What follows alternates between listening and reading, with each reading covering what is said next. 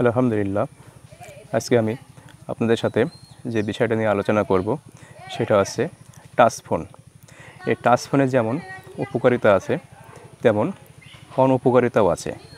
তাই আমরা touch phone সম্পর্কে কিছু মূল্যবান তথ্য জেনে নিব। আসুন সেই সম্পর্কে আলোচনা করি।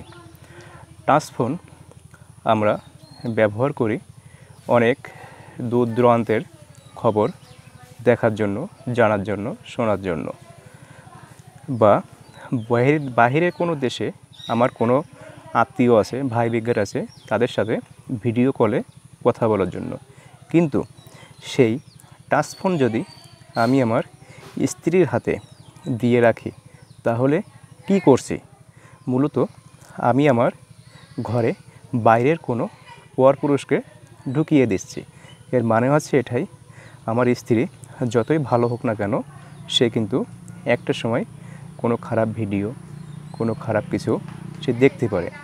তাই আমাদের উচিত সঠিক সুন্দরভাবে আমাদের পরিবারকে, আমাদের স্ত্রীদেরকে সঠিকভাবে রাখার চেষ্টা করব।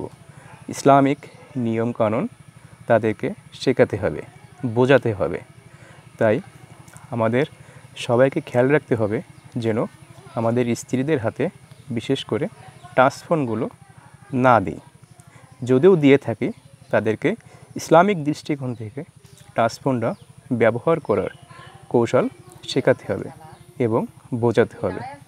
আমিন।